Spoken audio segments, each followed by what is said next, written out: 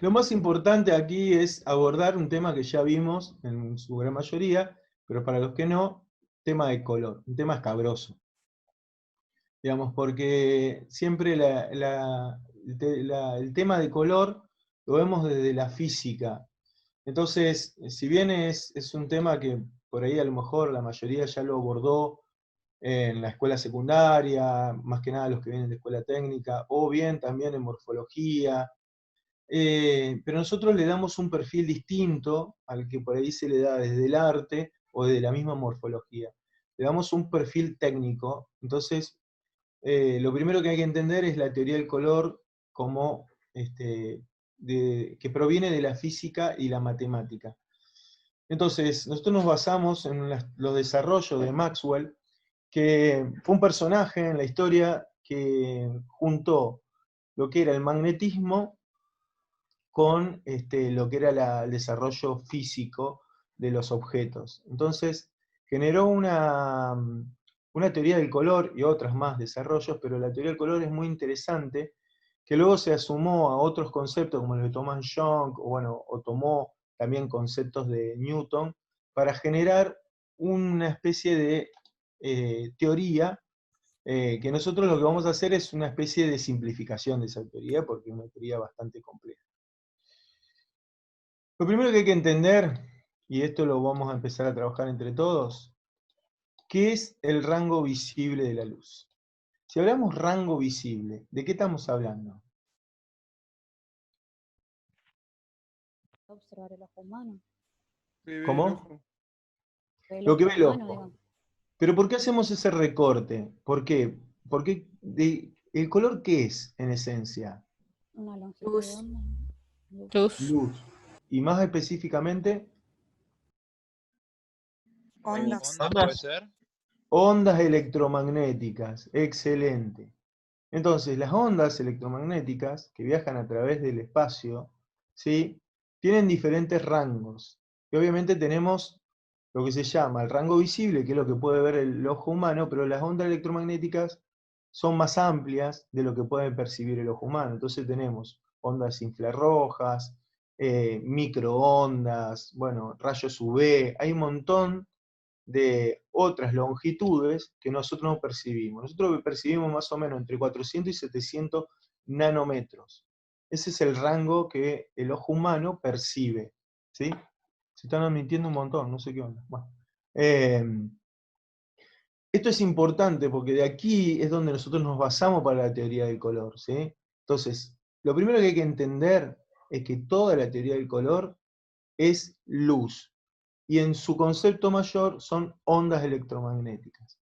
Entonces, acá no estamos hablando ni de tintas, ni de nada por el estilo que tenga que ver. Sí hablamos de proyecciones de luz y cómo impactan en los objetos, esto quiere decir cómo absorben onda electromagnética y cómo la rechazan. ¿Sí? En función de eso se genera la teoría del color. Vamos más para abajo. Entonces, acá tenemos la luz visible, ¿no? Y tenemos varios parches de color.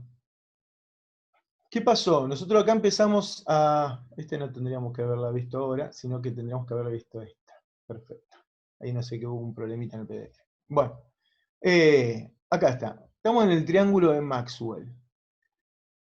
Este triángulo nos va a ayudar a entender un poco cómo pensó la teoría. Y esto, a mí me parece, y nosotros las aprendimos así en la carrera, y con los años fuimos incorporando algunos conceptos que a nosotros nos parecen mucho más gráficos y que nos ayudan a poder reflexionar con estas teorías. Entonces acá tenemos tres vértices de un triángulo. Esos tres vértices corresponden a los colores primarios del color, que surgen del espectro colorimétrico. ¿Sí? Entonces tenemos una porción que va en la punta de los 400 nanómetros, otro en los 700 y otro en el medio. De esos parámetros surgen estos valores. ¿Sí? Uno es el verde, otro es el rojo y otro es el azul. Esos son los colores primarios. ¿Sí?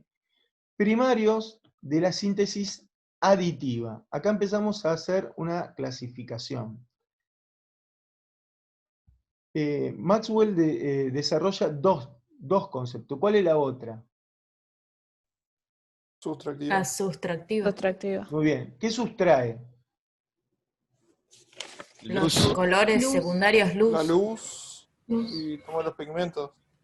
Sustrae luz del espectro colorimétrico. ¿Quién sustrae luz?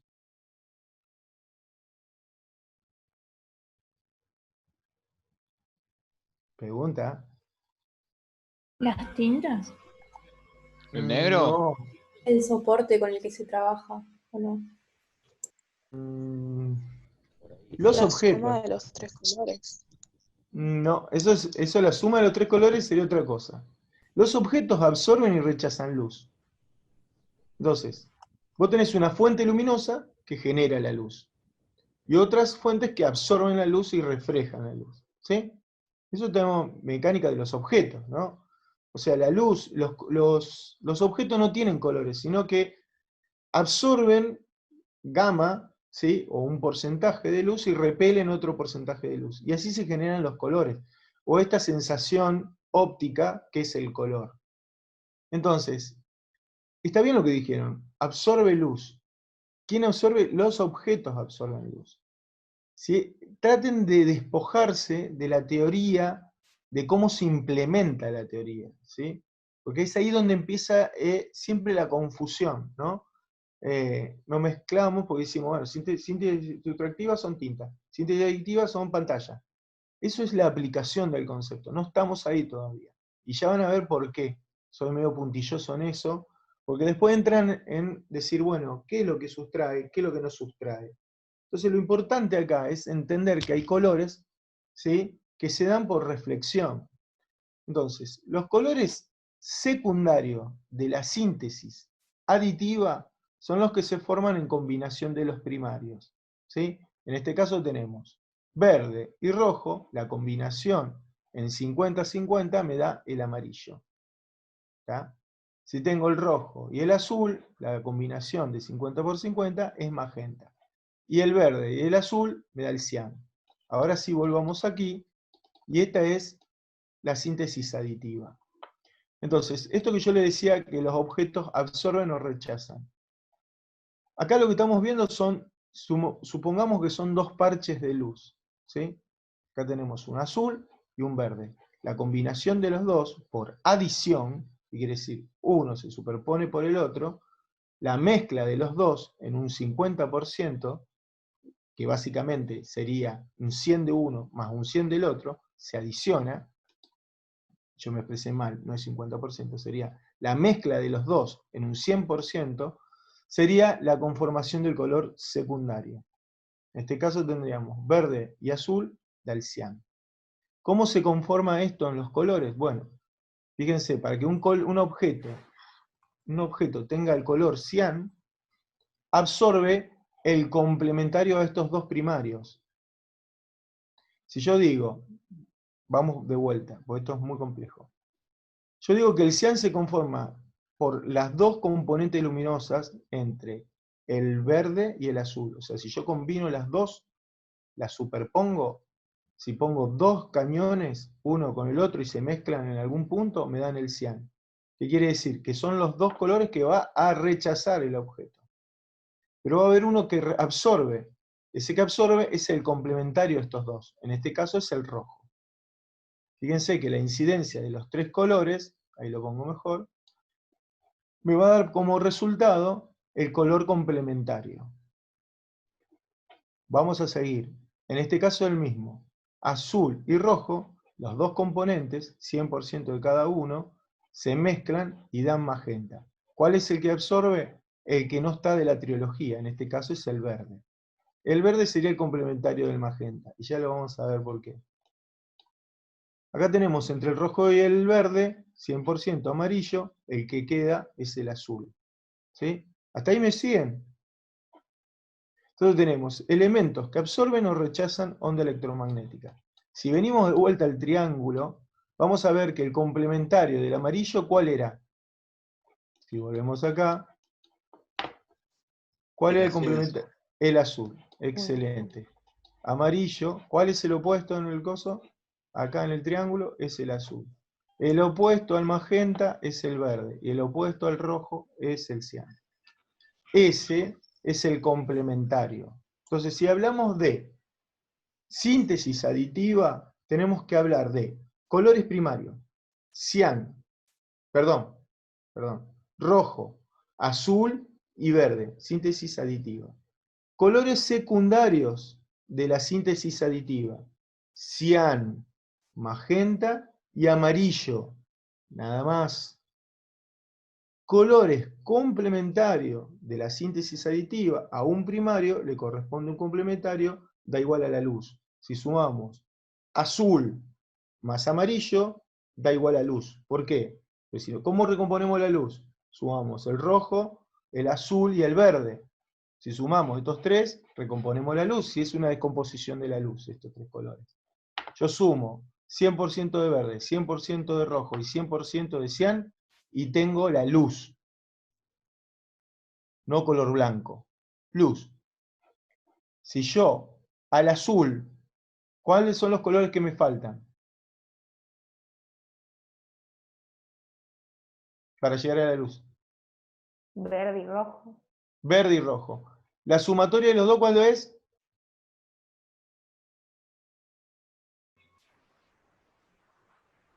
¿Del verde y el rojo? Amarillo. El amarillo. Amarillo. Entonces azul más amarillo, rebostero, entre azul y amarillo, igual luz. Luz. Ujú. ¿Está? Ese es el color complementario. Entonces muchas veces preguntamos, bueno, desarrolle la síntesis aditiva en función de sus colores primarios, secundarios y complementarios. Estos son los complementarios. ¿Sí? Se hace entre una sumatoria de un primario con un secundario que da igual a la luz. ¿Está? Entonces fíjense que acá empezamos a hacer algunas sumatorias y empiezan a aparecer estas lógicas que tienen que ver cómo se interpreta el color aditivo o el sustractivo. La síntesis aditiva sería esto, simplificado, ¿no? La luz es el medio, que es la que recompone los tres colores primarios.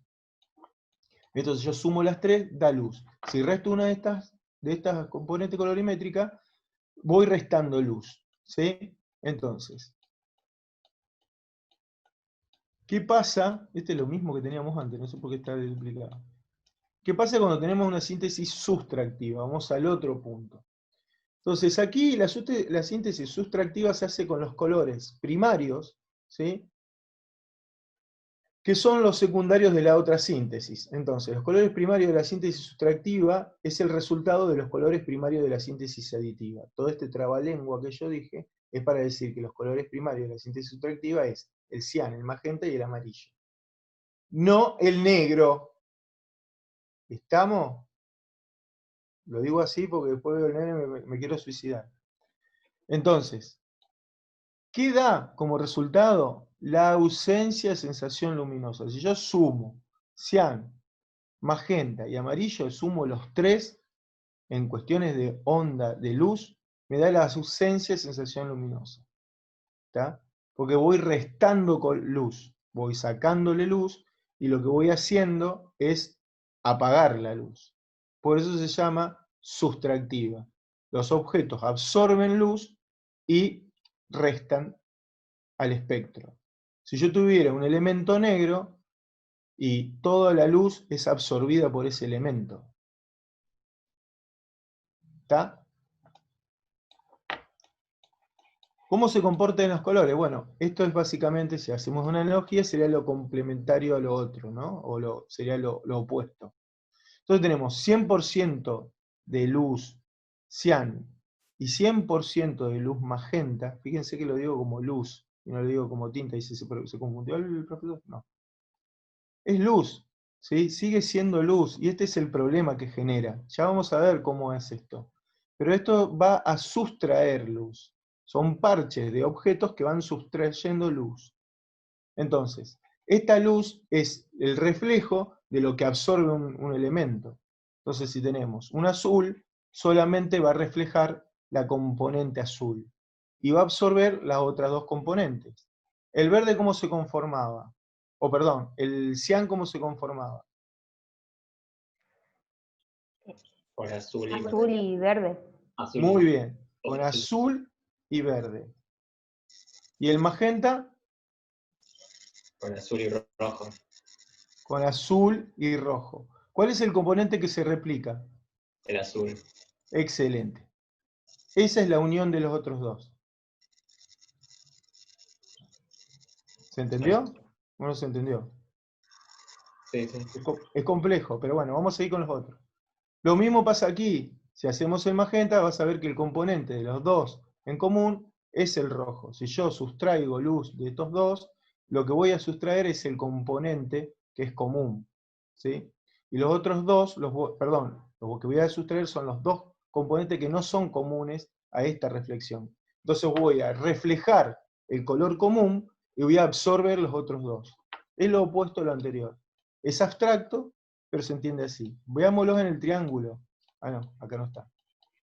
Veámoslos aquí en el triángulo. ¿Cuál sería el color si hacemos la sumatoria entre el cian y el magenta? ¿Cuál es la combinatoria? El azul. ¿Cuál es el azul? El complementario del azul es el amarillo. Y volvemos a la aditiva.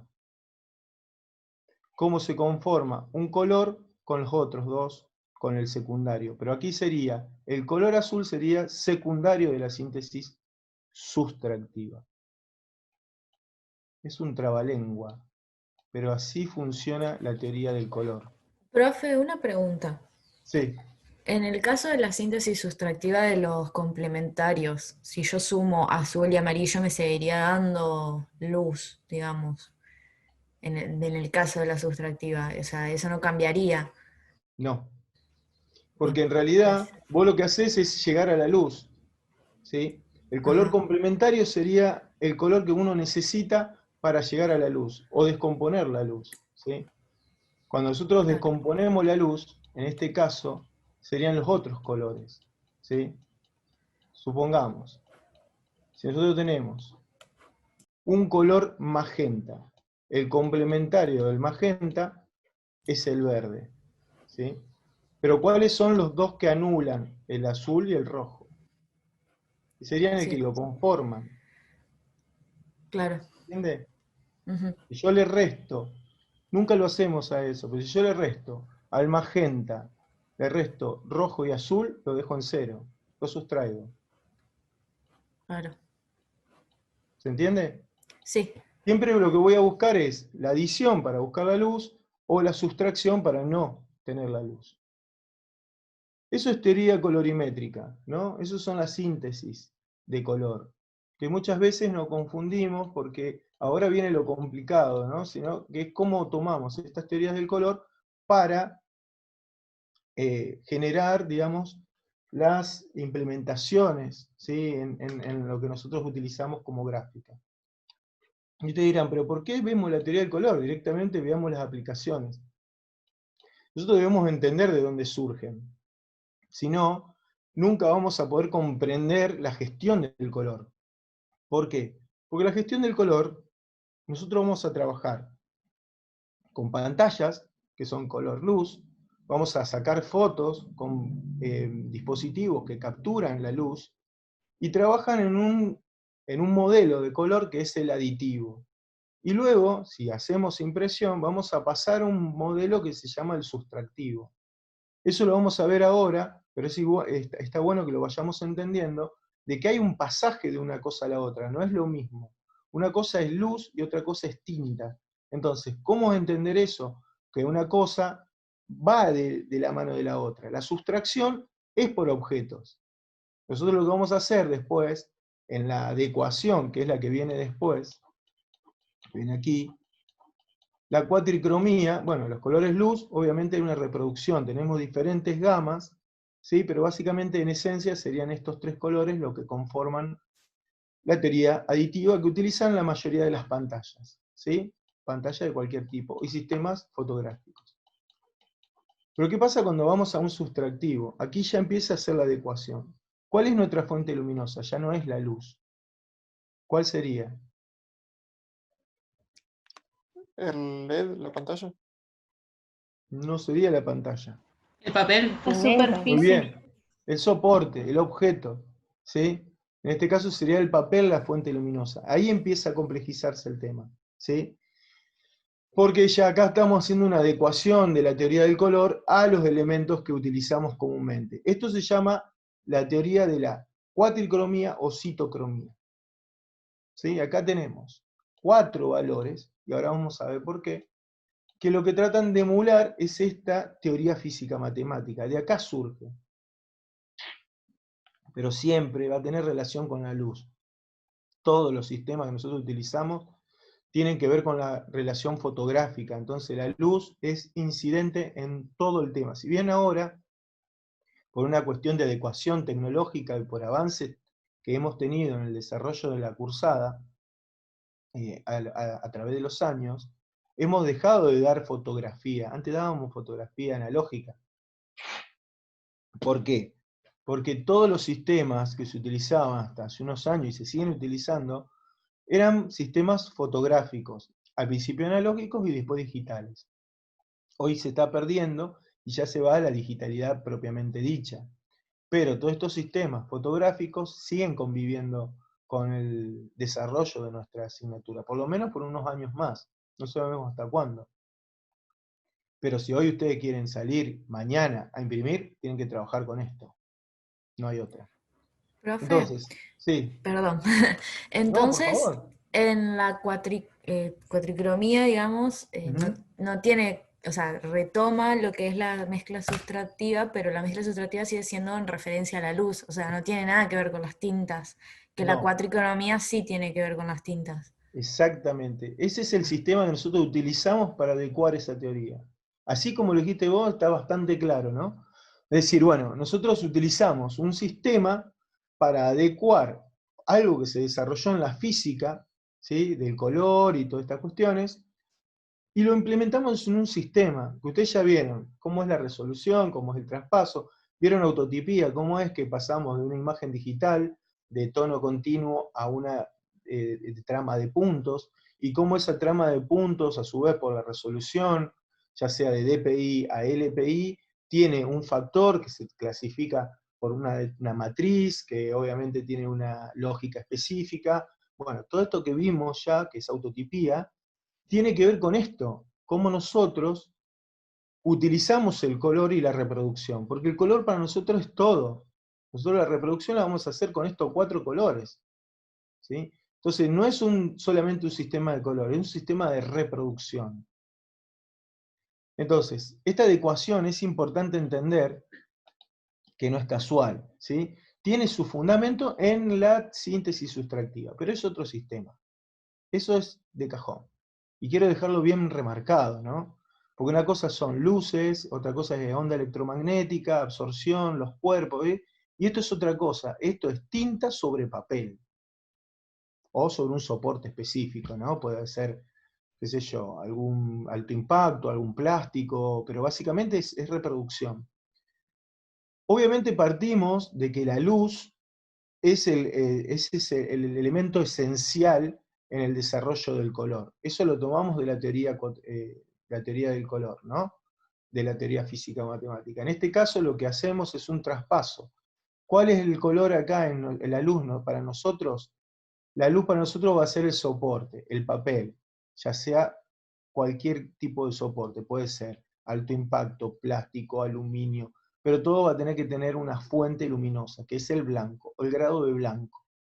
Entonces, para nosotros poder hacer una buena cuatricromía, o citocromía, se llama citocromía porque cito viene de célula, entonces como esta es la célula madre para poder reproducir. De aquí podemos tener diferentes sistemas, ¿eh? De acá se despliegan otros como la hexocromía, la heptacromía, el hi-fi color, bueno, hay un montón de lógicas que parten de aquí, ¿sí? De estos 4 colores. Fíjense, si nosotros decimos que tenemos pigmentos, ya no colores, pero estos pigmentos tienen que ser los que en esencia, en la teoría matemática, que son valores, ¿sí? Que vienen de la naturaleza y que son ondas electromagnéticas, tratamos de reproducirlos con pigmentos. Ahí está la problemática, ¿no? Ya no son luz, ni el cian, ni el magenta, ni el amarillo. son pigmentos. Aquí sí son pigmentos. Entonces, los pigmentos no son valores matemáticos, ¿sí? Y tampoco están conformados con la luz, sino que es una gradación, una composición física, matemática, que hacen que esos pigmentos, ¿sí? Sólidos, mezcla de varias cuestiones, hacen que lleguen a ese color. Ese color, si lo comparamos con la teoría físico-matemática, no responde a los mismos valores. Quiere decir que no tiene el mismo alcance colorimétrico que lo puede tener una luz. Entonces, si nosotros utilizamos la tricromía, como veníamos en la teoría de sustractiva, o sea, nosotros tendríamos que lograr el negro, o la ausencia de sensación luminosa, sumando cian, magenta y amarillo. Si yo sumo esos tres, teóricamente me da el negro. Pero ¿qué pasa? Hay una cuestión que es la eficiencia técnica o material de estas tintas. Eso se llama error de matiz, o bueno, algunos otros teóricos lo llaman de otra manera, pero con que entendamos que es una deficiencia técnica de las tintas, de no poder reproducir los valores absolutos, y no llegar a los valores que se requieren para una óptima reproducción. Entonces, el sistema que contempló la adición de un cuarto valor, que es la tinta o color de corrección, que también se lo llama, OK, por eso tiene la K, ¿sí? Que es como, le ponen un tema como la clave, como un color clave, para ajustar esa problemática. Ese cuarto valor tiene una forma de adicionarse, ¿sí? O mejor dicho, dos formas. Una es UCR, que no es la unión cívica radical, sino que es Under Color Removal, ¿sí? Y el otro es el GCR, o Gray Component Replacement. Nunca me sale bien, pero bueno, más o menos la sustitución del componente gris o el reemplazo del componente gris.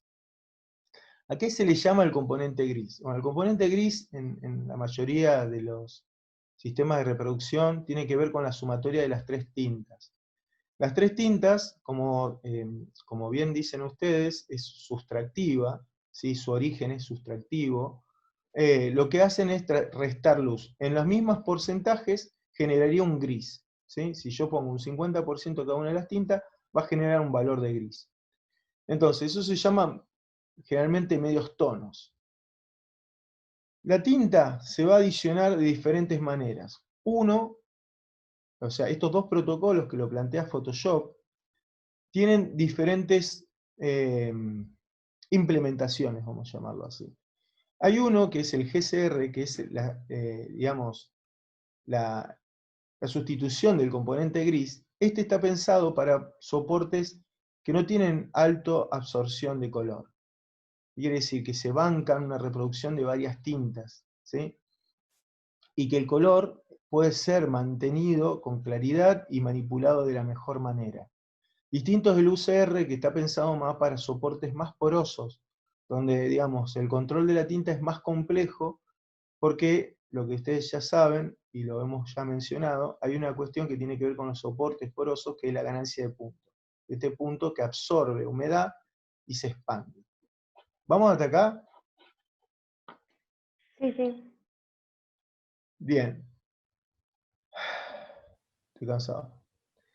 Bueno, Profe. esto ya lo fueron viendo. Lo importante acá, esto es bastante Profe. complejo. Sí, Antes de que sigas, sí. no entendí por qué GCR es para soportes más porosos. Claro, porque imagínate, mira, acá el GCR se conforma con las otras tintas, o sea, va a adicionar tinta negra en relación a las otras, ¿sí? Entonces va a componer el valor negro, porque esto es así, el valor negro se compone con la tinta negra más la sumatoria de las otras tintas.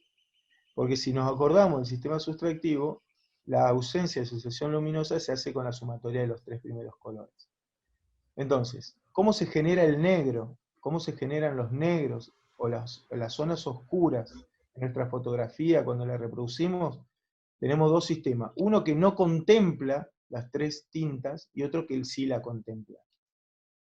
En el GCR, básicamente contempla la formación del negro con la adición de tintas. Lo que nosotros más comúnmente es una mezcla más rica, porque le agrega de los otros componentes y logran una mayor saturación del negro, ¿sí? Si vos le pones un poquito de cian, un poquito de magenta, un poquito de amarillo, el color empieza a tener otra vivencia, ¿no? Tiene otra saturación. ¿Qué pasa con el GCR? Si nosotros, el UCR, perdón, si nosotros utilizamos soportes muy porosos y le agregamos muchas tintas, en el negro se va a empastar mucho, se llama así empaste. ¿Qué quiere decir? Que en las zonas oscuras, en la zona de los pelos, por ejemplo, en la zona de la sombra de la imagen, vas a tener mucha carga de tinta y si el soporte se expande, la tinta lo que hace es cubrir más zonas de lo que tendría que cubrir. Entonces hace de que se pierdan detalles, ¿sí? Detalles muy chiquitos, estamos hablando de micronésimas, ¿no? Son puntitos muy chiquititos, que imagínate, si un puntito tiene 1 micrón, pero cuando vos lo pones en el papel llega a 2 micrones, imagínense que está duplicando la información colorimétrica. Entonces, ¿qué se hace? Se empieza a perder detalles. Entonces, cuando se utiliza un soporte muy poroso, que expande la tinta, ¿sí? Y hace de que ese punto tenga otra cobertura superficial, vamos a llamarlo así, empieza a aparecer, ¿no? Este sistema que lo que hace es eliminar los componentes anteriores y solamente adiciona negro en función de las otras 3 tintas. Lo que no se entiende mucho, y creo yo, por ahí es la complicación de ustedes, ¿cómo conforman el negro? Más que nada en el GCR. Si ustedes entran en el Photoshop, van a ver que cuando, después vamos a hacer una pruebita, pero lo van a ver en forma práctica, hay un cuadrito, cuando ustedes definen el programa o el espacio de color, hay un cuadrito que explica, creo que está más abajo, creo que la tengo, sí, acá está, estos son los cuadritos, de que explica básicamente cómo se conforma el color. Fíjense que las curvas son diferentes, ¿sí? Cuando es UCR o como es GCR. Con la UCR lo que hace es aplanar la curva. ¿Qué quiere decir? Tiene menos gradientes. O sea, el negro empieza a tener menos componentes de otros valores de tinta. En cambio, el GCR es más paulatino, ¿lo ven? ¿Ven las dos curvitas? Una como más pronunciada, esta es como más recta, y fíjate es que se estira cuando las otras tintas se aplanan, ¿sí? Y la otra es mucho más, primero, las tintas van más fluidas y no tienen no es un alcance tan brusco, pero el negro también es más fluido. Entonces tiene que ver con la relación, se entrecruzan un poco más las tintas. Entonces, ¿qué quiere decir? Que el negro se conforma con la sumatoria de las 4 tintas. Entonces tenemos diferentes formas de conformar el negro. Suena feo decirlo así, pero no tengo otra forma de decirlo. Para que ustedes entiendan, la tinta negra o los valores de oscuridad se van formando por estos 3 parámetros. Tienen la fuerte, la media y la suave, que son los diferentes tipos de curva. Fíjense que ahí la generación que muestra esto es la light, la suave, ¿sí? Que es la que menos porcentaje de tinta tiene y más porcentaje de color. Eso hace de que cuando uno trabaja en la reproducción del color, lo que busca es que los colores se representen lo más vivos posibles. Y el color negro solamente trabaje como una forma de atenuar el impacto de baja saturación de esos colores y entallar o resaltar los detalles. Entonces, cuanto menos tinta o carga de tinta negra tenga, mejor. Y ya van a entender porque hay otras lógicas que también se les adiciona, ¿no? Profe, Sí. en este sentido el negro es como que viene a actuar, quizás yo entendí bien o mal, actuar como un complementario en base a los colores. El negro como que se amolda los colores que presenta el documento, o ahora con esta cuestión de media, fuerte, suave, el negro también se puede controlar a gusto, digamos, que es lo que Bien. la pretensión de cada uno. Ahí lo que te voy a decir es 2 cosas. Lo que nosotros deberemos hacer es controlar la reproducción del color en función de las lógicas que requiere el producto, ¿sí? Por eso después vamos a ver gestión del color, y esto es como una introducción. Porque la gestión del color apunta a eso, a que vos vas a tener que hacer un control de tu reproducción, de tu manejo del color, en función de lo que querés producir. Entonces, esto que es fuerte, medio y suave, vos los elegís. Si es GCR o USR, también lo elegís. Lo que pasa es que la mayoría, nos pasa a todos, cuando empieza a utilizar un software muchas veces no conoce cuál es la profundidad o la complejidad del mismo. Entonces, esto que nosotros estamos viendo acá, vos podés entrar al Photoshop y setearlo tranquilamente, y decir, bueno, yo voy a imprimir en Plotter, porque todos los trabajos de taller me lo piden en Plotter, entonces yo utilizaría un GCR, ¿sí?, con una curva suave, ¿sí?, o media en función de las lógicas del color que a mí me gusten, o que mejor me reproduzcan de acuerdo a la fotografía que utilizo. ¿Mm? Entonces, ¿por qué utilizo un GCR? Porque el soporte de los plotters o los papeles son encapados. Entonces, la mayoría de las veces cuando utilizo sistemas láser o plotter son papeles que tienen muy poco ganancia de punto. Entonces el control es altamente manejable y los sistemas son digitales. Entonces puedo utilizar el formato de color más arriesgado, diría yo, pero que mejor resultados de color me da. Eso tiene que ver cómo uno va pensando y va desarrollando el trabajo. Peor es no saber de qué funciona esto, ¿no? Y tenerlo en el Photoshop como viene por default. O utilizar una curva independientemente del trabajo, siempre la misma. Va a depender un montón del sistema de reproducción que utilices y del soporte que estés eligiendo. Y ahí va a cambiar un montón. Vos me decís, bueno, un día quisimos hacer una impresión para tipografía que nos pidieron hacer un libro. Y lo quisimos hacer rústico y trabajamos un papel obra primera coloreado en masa. Bueno, ahí ya tenés un papel que es muy poroso. Entonces, ahí si haces fotografía, si haces una reproducción de 4 colores, y lo vas a hacer en un sistema digital, podés estar controlado, pero si lo haces con un sistema UCR vas a tener mejor control. Ahí vas viendo cómo lo vas desarrollando. Ni hablar si vas a un sistema offset, ¿no? Y vas a hacer una reproducción de un libro con bajo costo. Entonces los soportes son altamente porosos. Entonces ahí utilizas un UCR. Pero en esencia, de acuerdo a como nosotros trabajamos, y la mayoría de los casos vamos a utilizar un GCR. Entonces, en el peor de los casos, dejarlo siempre seteado GCR. Yo ¿Está? tengo una pregunta. Sí. A esto, digamos, lo que es el control de GCR y UCR, digamos, al resultado lo vas a ver sí o sí cuando vas a imprimir, no mientras vos lo estás trabajando, digamos. Oye, a veces sí, a veces lo podés ver, pero el problema es, hay algo que no tenemos nosotros, la mayoría no tenemos como una memoria del color. Fíjense que hay varios, no sé qué es eso, pero bueno. Nosotros no tenemos una memoria del color. Muchas veces si cambiás el formato, quizás te cambie también la que tengas de referencia. Excepto que no trates de no diferenciarlo, pero sí se nota. Muchas veces nosotros perfilamos o generamos un perfil de espacio de color y cuando incorporamos una imagen y le decimos que no cambie el color, se ve de una manera. Ahora, cuando vos lo cambiás a tu espacio de color, que donde está pensado en función de la lógica de reproducción, muchas veces el cambio es bastante notorio, ya en la pantalla. No sé si se da siempre, pero sí se da, porque ajusta un montón de cuestiones, ¿sí? Más que nada cuando vas a hacer la transposición del color RGB a CMYK. Hay un truquito en Photoshop, ¿qué hora es? 3:30, ya estamos.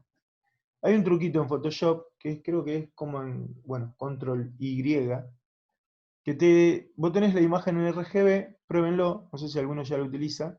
Vos tenés la imagen en RGB y está haciendo un retoque, pero querés ver cómo se va a quedar cuando lo pases a CMYK.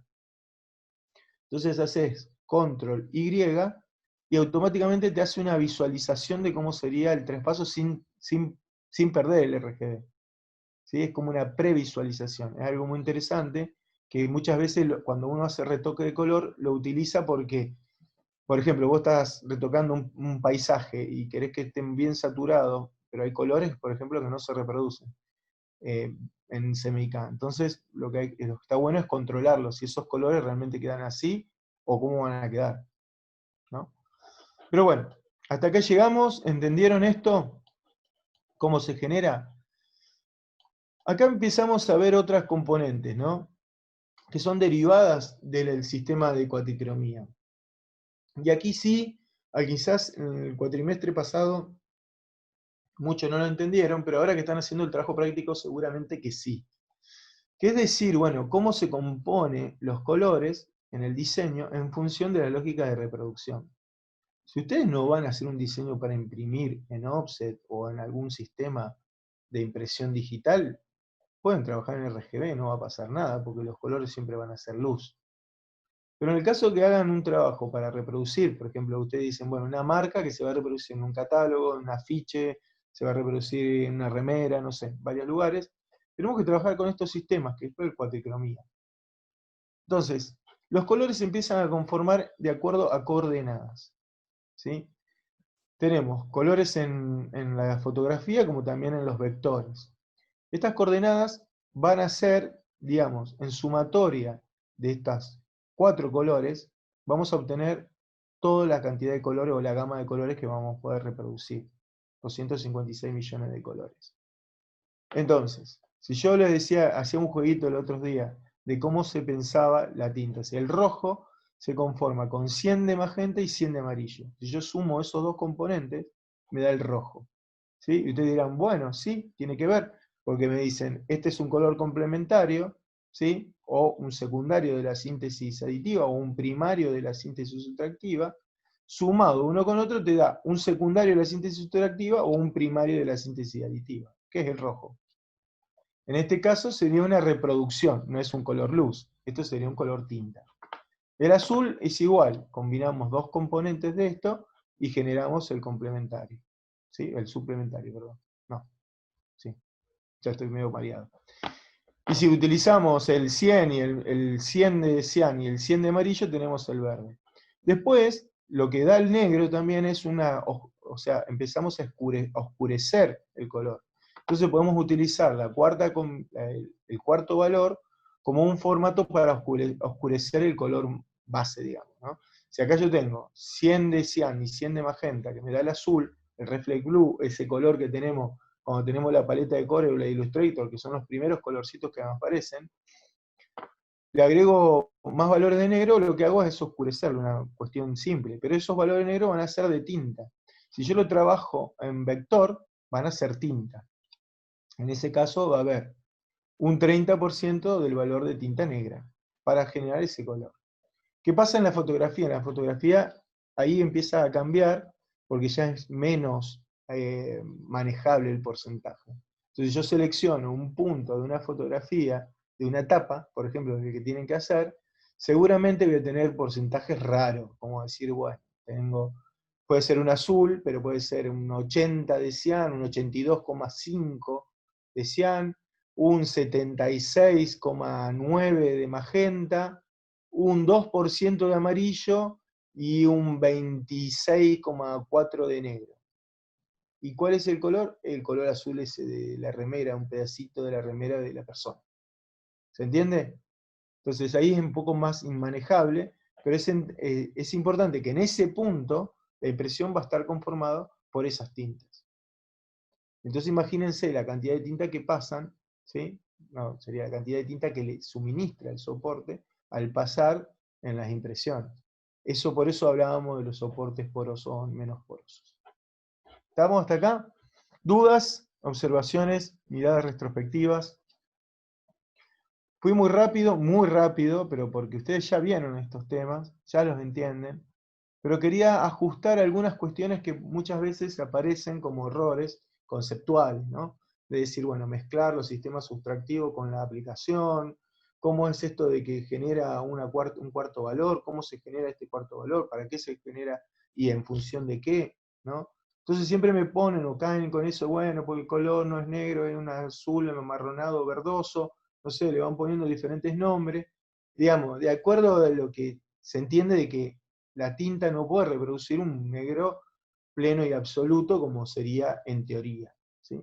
Sino que hay una suerte de eficiencia técnica que tienen estos pigmentos para poder reproducirse. Eso Profe, sería, sí, perdón, toda esta cuestión del USR y el GCR está fuertemente vinculado a lo que es eh, digamos, la máquina imprimiendo sobre un soporte específico, digamos, que puede sí, ser más absorbente o más plastificado o no.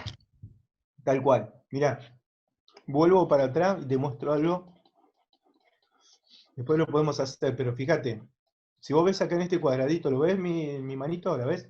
Sí, Fíjate, yo ahí le pongo un nombre, pero acá lo primero que tengo, Ink Option.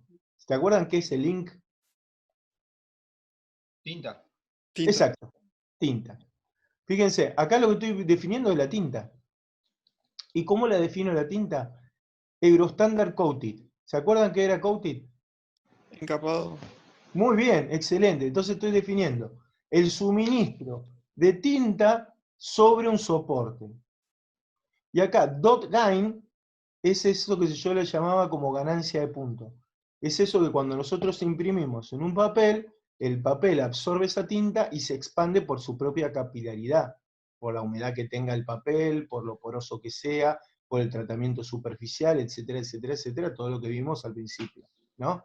Entonces, ¿qué te da? Un valor. Ese valor, que en este caso, por ejemplo, si es coated, que es encapado, que es un papel que no absorbe casi nada, entonces acá te va a dar un porcentaje de reducción del punto, ¿sí? Eso es lo que hace el programa, te lo calcula automático.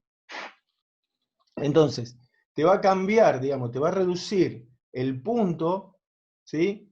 Un 9% para que cuando expanda en el soporte no pierda el control que vos hiciste del color. Claro. Sería como, ¿Toda esta sería impresión como se un da preajuste. siempre en un plotter? Eso depende de cómo vos lo imprimas. Generalmente esto está Claro, pensado para offset, ¿no? muy bien. Un plotter quizás tenga un poco menos de ganancia de punto. Va, depende mucho del soporte que se utilice, pero entendiendo que es un sistema inkjet, por ejemplo, supongamos, eh, el punto de tinta quizás es un poquito más grande, porque tiene grano, pero si utilizamos un plotter, depende qué tipo de plotter sea, ¿no? Y en función de qué tipo de plotter sea, va a estar dado el tipo de impresión que queramos lograr. Pues si vos decís, bueno, quiero hacer una impresión fotográfica, tenemos que buscar un plotter donde digamos, la boquilla que insufla sea la más chiquitita para que tenga la mejor resolución. Y ahí empezamos a combinar todos los puntos, resolución. A mí lo que me parece apasionante es cómo están, se me acaba de ir la palabra, pero vinculados, Relacionado, digamos, el software con el tipo de máquina. ¿Es así, digamos, como que Photoshop te setea los distintos tipos de plotter? O en algún momento, porque no, eso te lo va a todo hacer lo el que RIP. son... Ajá, Eso te lo va a hacer el RIP. Vos lo máximo que podés hacer acá en Photoshop es generar un perfil. Un perfil que puede estar dado de acuerdo a los tipos de máquinas que tenga. Pero si no sabés a qué máquina va a estar dirigida, lo importante es hacer un perfil que sea lo más ajustado posible al tipo de reproducción que vos vas a hacer. No, vos no vas a manejar exactamente todos los coeficientes que pueden ser del plotter. Eso lo va a hacer un RIP, ¿no? El RIP, que era Raster Image Processor, es un programita que va a ripearte el producto y te lo va a transformar. Eso es lo que vimos en el lenguaje. Pero básicamente lo que vos tenés que hacerle es darle una información, que eso va a ir envasado en un formato que es el PDF, y esa información colorimétrica es la que va a tratar de reproducir el RIP. Cada pregunta que me haces la complejizamos más, pero bueno, es interesantísimo lo que me estás preguntando, porque me parece que eso sería empezar a darse cuenta de todas las cosas que influyen en un producto que uno diseña. Son bastantes. Y muchas de esas, y está bien que sea así en el proceso que ustedes estén, no somos muy conscientes. Y otras que también por diferentes lógicas, por ahí, por las formas que tienen las reproducciones o las mismas empresas que uno subcontrata, también, ¿no? si imagínate, si la misma lugar donde vos lo mandás tampoco tienen armado un PDF, perdón, no tienen armado un perfil y no saben cómo funciona, seguramente los resultados cada vez van a ir siendo más complejos.